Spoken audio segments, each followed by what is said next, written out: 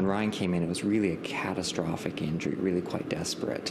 So much so that when I was first meeting with his dad, I thought it was for sure Ryan wasn't going to survive this.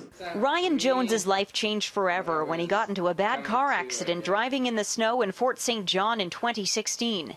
The Smithers man was just 22 years old when he went into cardiac arrest and ended up at Vancouver General Hospital. It was here he received a relatively new treatment that ended up saving his brain, his heart, and his life. Well, I was in a coma for 2.5 months, so my first wake up for me was 2.5 months later after my accident. At the time, we were very worried about the significant injury to his brain because there was no blood flow. We discussed the intervention of putting the brain bolt into Ryan. It hadn't been done before, and so with anything new and different, you have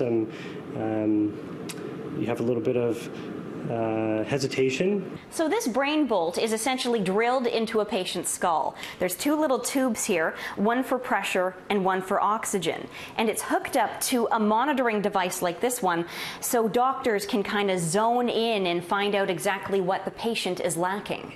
So we can actually give medications to improve the blood flow to his brain and hopefully then improve his outcome. And what we learned from his case really opened our eyes and spurned off this entire research program. They say this case was the first of its kind in Canada and actually became the focal point of a study that's just been published in the medical journal Critical Care magazine. That's great news for Ryan's family, who's been on an emotional roller coaster since the incident and has stood by his side while he had to complete several forms of rehab, including relearning how to walk, talk, and eat. It's been a real tough haul the last 3 years, but it's great now.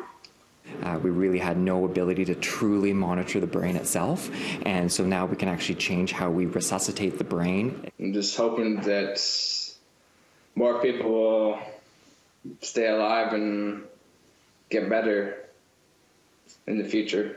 In Vancouver, Andrea Macpherson, City News.